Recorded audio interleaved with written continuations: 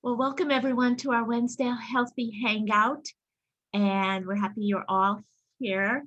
And tonight we have Dot, who's going to be presenting on healthy surroundings and more. And she is going to introduce her testimonial. So take it away, Miss Dot. You have to unmute though. Should have that down pat by now, right? Well, you have the screen sharing really well done now. So there you go. All right, good evening, everyone. So good to see everybody. And I assume we probably have some people Facebook Living too. So that's great. Welcome, everybody. I'm Dot Behrens. I'm an independent Optavia coach, and I'm going to be talking about optimizing your surroundings to try and help your journey be successful. And it's element 5 in the life book. So I'll kind of be referring to some information in there also. But first, I want to introduce Carrie Crippen. She's a client of mine who has done wonderful on program, and she has a wonderful story to share. She talked to us several months ago, but she has continued her journey, and she just looks amazing. So I wanted to share her before and after picture, but hopefully you'll still be able to see her.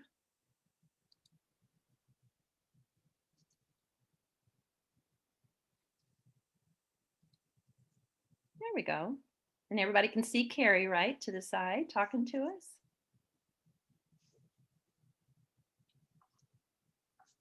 So you may want to just stop share so that everyone really can see her. They may not all see Okay. her, depending. There, how's But that? that was awesome. Okay. She looks great. Thank you. So let's see, am I still unmuted? Okay.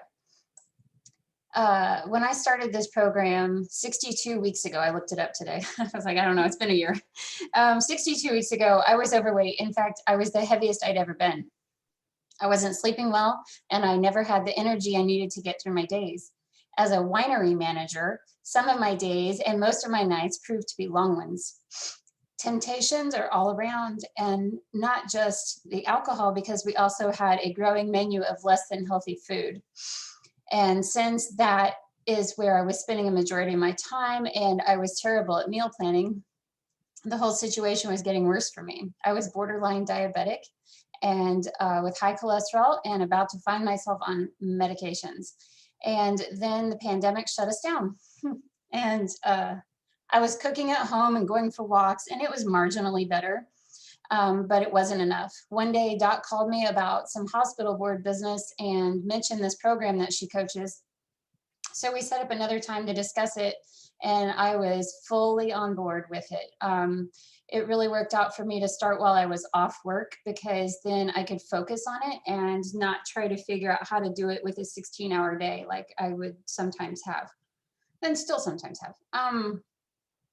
So then I was able to set patterns and devote time to understanding the transformation I needed and wanted to make.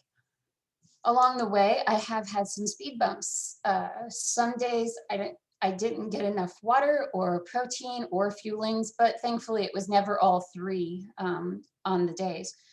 My fantastic coach and my Optavia support community has helped keep me on track for sure. I've had many friends tell me how proud they are of me and how much I inspired them to do better for themselves, even if I haven't been able to talk them into joining us yet. Still working on that. My non-scale victories have included better sleep, more energy, and new wardrobes at least twice over now. And the obvious one, those are the obvious ones. So the things I did not expect are a better attitude about myself and others, love and patience for myself. And, because I was so unhealthy, I also hadn't loved myself in a very long time. And that's something that we forget about. I quit drinking alcohol about a year ago when I started the program. And I stopped using drive-through restaurants. This town has 65 restaurants and like 40 of them have drive-throughs. So there's nothing good in a drive-through except coffee, of course. I also stopped eating the winery food except for the healthier options that I've since added to the menu as a manager. Recently, I was at a standstill with my weight and my measurements, and I was working out twice a day and I was sticking to plan. I even joined a challenge at my local yoga studio. That was, they called it 40 to Fabulous, and it was 40 classes over the course of 3 months during the summer. And so that was, helping me build strength, and maybe I was, trading out some fat for muscle, and I don't know, but it didn't seem like things were moving very well. Then one of my friends asked me to join her in a different fitness challenge, and I'm about to wrap up day 24 of 75 Hard, if anyone's ever heard of that, where I follow a diet, drink a gallon of water, take daily progress pictures, read for 10 minutes, complete 2 45-minute workouts. One of them has to be outside, and no cheat meals or alcohol. All of that for 75 days. If I mess up, I have to start over day one. Since I started this 24 days ago, I have lost 4 more pounds and another inch, bringing me to a total loss of 70 pounds and 41 inches.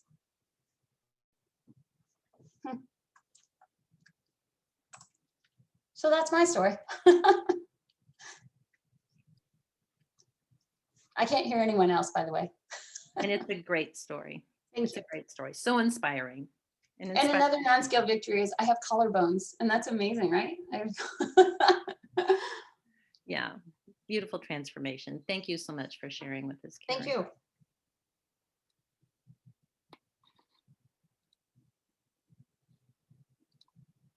There's her picture again. Awesome, isn't it? So I'm going to talk a little bit about optimizing your surroundings. And Carrie, I thought, gave a good presentation on what she had to do with her surroundings. Got to figure out how to get the people off of my screen here. There we go.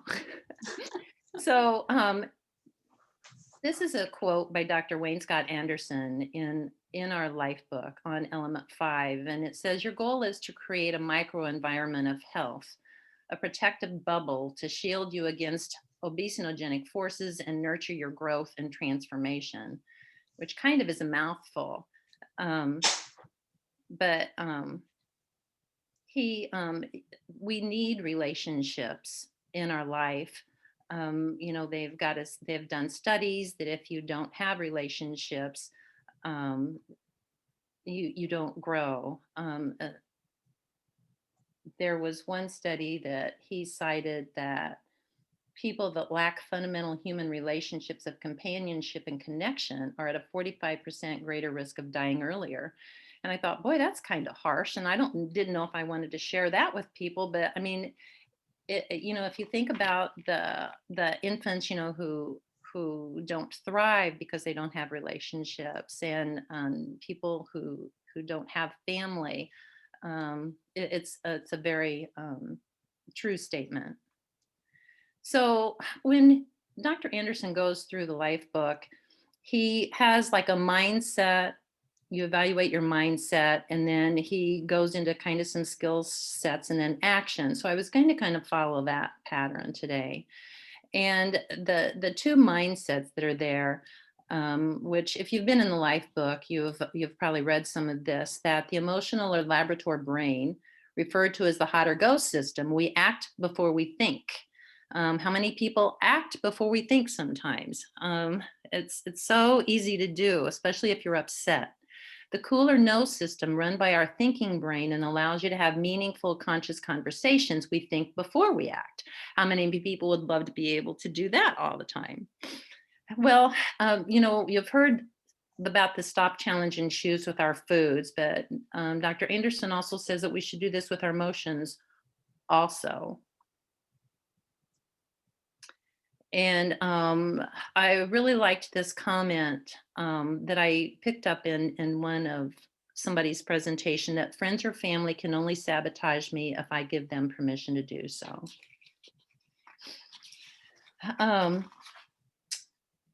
Your self-awareness means knowing yourself, your emotions, and what triggers them, and how you react to specific people and places. So who are the people in our life, and what is our emotional response to these people? Um, a Harvard study done showed a direct impact that an individual's total social network has on health, weight, fitness, happiness, and overall well being. And I found this very interesting. If a friend of yours becomes obese, it increases your probability of becoming obese by 57%. If it is your sibling who becomes heavy, there is a 40% probability of you doing likewise. And if it is your spouse, it drops to 37%, which I found that kind of interesting. If your best friend is active, you are 3 times more likely to be active. And if your best friend eats healthy, you are 5 times more likely to eat healthy. It just really shows the importance of environment. And our emotions are a powerful source of energy for action. Can you think of a moment that you identified an emotion? And what was your reaction at that time? And if we fail to control it, our emotional response, where we act before we think, such as grabbing food that we don't necessarily need or saying words that we don't necessarily mean at the time, we can slip into unhealthy behaviors. And so that's what we're trying to get out of is our unhealthy behaviors. So, skill set then is to be aware of our emotions. Stop, challenge, choose when you experience an emotion as a reaction to a person or a situation. And these are in your life book. I almost feel like I need to put it on a card and pull it out and look at it every day. Like, if you have an upsetting day at work or, someone upsets you, um, Dr. Anderson is recommending that you immediately sense your breathing and you do some slow, deep breathing. Jennifer has definitely taught us how to try and relax our breathing and to breathe properly. And then to try and cool down first before we speak or act. And think of how your response can improve your health before choosing. And then sometimes it's a matter if you have the luxury, sleep on it before responding. And I have done that before, although it's hard sometimes. Get a better night's sleep. I know I respond better to situations when I've had a night's sleep versus if I'm shortchanging myself on sleep. I tend to slip more back into the reactive mode. Smile and be appreciative. You know how smiles can really kind of diffuse a situation and make you feel better yourself. And then be open, curious, and desire growth when challenged. And so, I mean, it is a matter of, who can upset you. Only you can upset yourself. I mean, you have control. Sometimes it's harder some days than other days. You want to be aware of other people's emotions too. Listen with a desire to understand people from their perspective. And you probably have heard the saying, they say, listen, not with the intent to reply, but listen to with the intent of what they're saying. And like, for example, if your husband comes home or spouse or a sibling and they're really upset and they're just not saying nice things or they're not talking. But then it's a matter of asking, what's going on. I've learned to do that with my husband. Sometimes he'll come home and not talk and be really grouchy. And then when I ask him, what happened today, there usually is something that has happened that day to make him upset. So I don't take it internally now when he comes home and doesn't talk to me. I find out what the reasoning is. And usually we communicate through actual words, tone of voice, and body language. And I thought this was really interesting. Communication through words they consider as 7%. Tone of voice is 38%, and body language is 55%. So it's better to discuss something important in person than text or emails. And you can really get drawn into a drama triangle with group texts. I used to think that group texts were really good to include everyone, but then some people would go down a different rabbit hole and then it just got to be messy. Same thing with emails. If you've sent out an email, some people can take it the wrong way. So I was always for having meetings on Zoom instead of by phone so you can see people's expressions. And then the other thing that I wanted to stress is listen to understand, avoid looking at your phone or screen while talking to people, and step into their shoes and seek to understand the whole picture. I know sometimes I would like to rip a phone out of people's hands when you're talking to them and they keep looking at their phone. So I really try and make a habit of not doing that, or not even having your phone there, especially at a meal time. um, I don't know, the younger generation, and I'm guilty of it too sometimes. That phone's there and it goes off. You want to look at it where you almost have to hide it sometimes, I think. It's critical to optimize your relationships to become better at managing the difficult ones.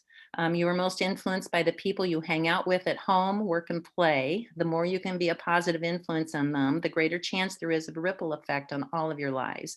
Having like minded people around you is a powerful motivator. So, if you can remain positive, then oftentimes the people around you, hopefully, will be positive too. Versus if you come home growly, and then that kind of puts them in a bad mood too. So, and it's hard sometimes if you've had a rough day. Um, Sometimes conversations can be filled with drama and excessive stress and can sabotage us most frequently. And usually it can involve family members, bosses, coworkers, or anyone that frequents the drama triangle. So, Dr. Anderson does say before you put yourself into situations like that, try and have your stop, challenge, choose down pretty good before, if you know you're going to be going into a situation where there might be some drama. So you want to hang out most with people that can assist you on your health journey, such as friend or family member to do the program with you, exercise with a friend or family member, walk your dog with a neighbor, or join a healthy living group. And essentially that's kind of what Carrie did. She was just trying to get to her last goal. I think she's about 10 pounds away from her goal, and she was kind of stuck there. So she's joined this set. Well, she tried one and that didn't help. And so she's on this other very aggressive one that she can do because she's 20, 30 years younger than I am. I don't know if I could do all of that. But it has helped her a lot. It has helped her focus, and she's getting there, and she's really, really close. And obviously, it's best to avoid environments around people who do not support your healthy habits, which can be difficult if they are family and they are friends. So that's where it's good to stop, challenge, choose, be positive, and work on emotions. Avoid traps. um, the well-meaning grandma, she wants to fix you a birthday dinner with all the favorite foods you used to eat, or she wants to fix you a beautiful birthday cake, or something that really isn't on your program, or a parent or a loved one. um, you know I always encourage people to plan ahead if they know that they're going to be going to a social function, to maybe let the hostess know. And I think I've mentioned this before, to let the hostess know so they don't feel offended.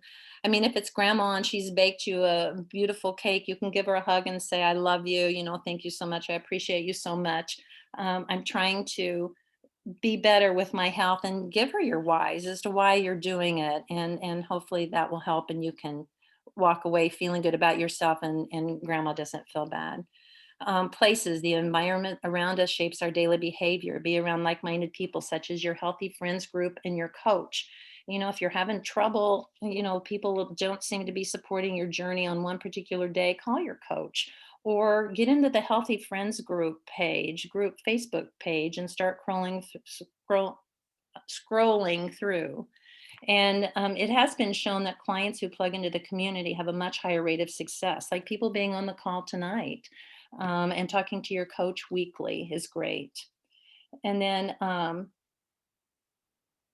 make sure when you're socializing with unhealthy people, you might even have to avoid them for a while, especially at the beginning if you're really trying to get strong in your program, and that they're going to not support your journey. You might want to just hang loose, and not go where they're going to be at for a little while if possible, or avoid an environment. I mean, bar. You know, some of the bars sometimes might have healthy foods, but most bars don't have healthy food. So maybe you can talk them into going someplace different. So action steps, and these are in element 5 in the life book for you to fill out. And I do encourage you to go through. It's a short element, but it's so powerful. Identify an emotion you experience in a day. Like even think about today, what was it? Did you have a negative emotion today or did you have a happy emotion today? And if you had a happy emotion, what happened? Um, Carrie is looking beautiful. She has a beautiful picture. When I asked her to share me her most recent picture, she just was so excited again because she hadn't looked at it in a while. Pick 5 people who are important to you that you would like to improve your connection with. Maybe it's a sibling or maybe a son or a daughter or someone that you hadn't talked to in a while. And then, reach out to them and talk to them to make you feel good. And list 5 friends that you can recruit to help you on your health journey and identify how they can help you. Because these are the people you want to hang out with. And maybe you can call and talk to them and say, hey, I'm trying to get healthier. Can you go for walks with me or something? And then you also need to list the 5 accomplices who do not support your health journey. Um, Make sure and write those down in your book. I have a couple people who I've begged them to put their name in their life book and they read through it, but they don't want to write stuff about themselves in it, which can be hard. But I do encourage you, you don't have to show anybody. You can keep it in lock and key, in a safe or whatever, but do write it down in black and white so it can help you go through the journey. And look at the things or people who throw you off. And then what's one thing that really helps you? Identify that because then maybe that'll be your go-to if you're struggling one day.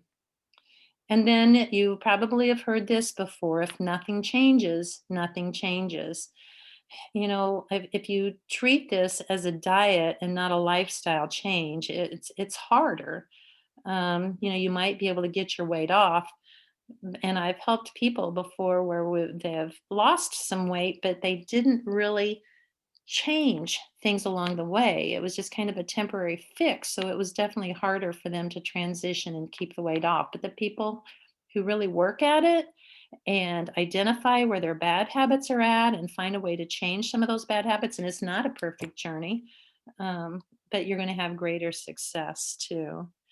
So I noticed the call on Monday night, the community call, and I was going to ask you, Mitzi, if maybe we could put in our like a comment underneath this recording on how to get to the Monday night call recording, because it went along a lot with this, and I thought they did a very, very good job. So I encourage if people were not on the Monday night community call, that you try and listen to the recording, because I thought they gave some very, very good points and some very, very good action steps too. So we've got just a few minutes left. I didn't know if anybody would have anything that they wanted to share, that a difficult situation where maybe they were in and what they did. Because sometimes, when you're filling out that life book, me too, it's like, I know what the habit is that I need to change, but sometimes I have trouble coming up with the action steps with it. So is there anyone who has something that they want to share that they have found helpful? But why don't you stop share? That would be Okay, great. And then we can see everybody again. got it.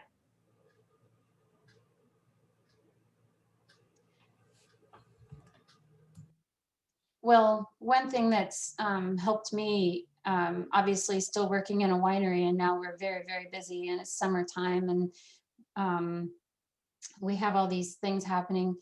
Everyone there knows what I'm doing. Everyone that is around me, that is my friends or my family, everyone knows what I'm doing. And they respect me enough to know that I am stubborn enough to not eat their cake and their junk and their stuff. And they know that I'm committed to this. And being stubborn in the first place has really come in handy because they already know once I'm on something, that's it. I'm not changing my mind. So my mom has given up on baking me birthday cakes, and she wasn't happy about it, but she quit. And then she uh, she always wants to go out to eat, and it's like, well, I'll find something, don't worry about it. You don't have to quit asking me to go somewhere because you think I don't eat the fried foods with the gravy anymore. So it's like I can find something. And I feel like we educate ourselves and we train ourselves and we discipline ourselves to make those good decisions even in the face of our own mothers who are very, very upset with us for not eating the cake anymore. So, so yeah. And she admires you for it too, doesn't she? Hmm? Now she gets it, and now she admires you for it. and supports you. Yeah, somewhat. And then, my boss at the winery is not as big of a fan of me quitting drinking as some people are, but she respects it because she knows I'm healthier and I'm happier, and she's I'm still working really hard on her behalf, so it's fine. But um, she's still a little bit bitter about that one. Mhm.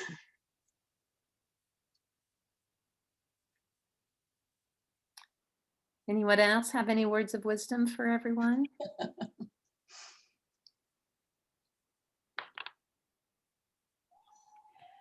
I just want to say, I think this topic is so key to long-term success, Dot.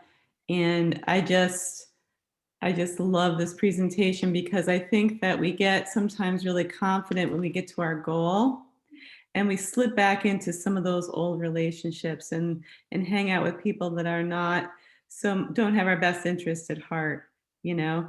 So it's always a good thing, no matter where you are in the journey, to revisit this element and really, support yourself in good self-care, by doing that. Like mothers.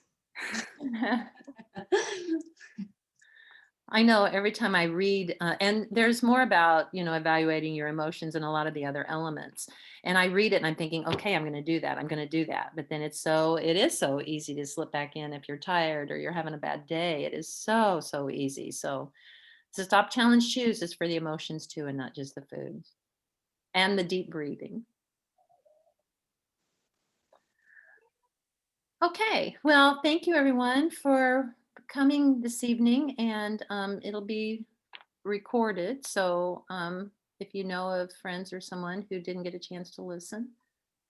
Yeah, so it's going to be in Healthy Friends. I'll put it in the YouTube, the Healthy Friends YouTube channel as well. So if you're not a subscriber to it, subscribe.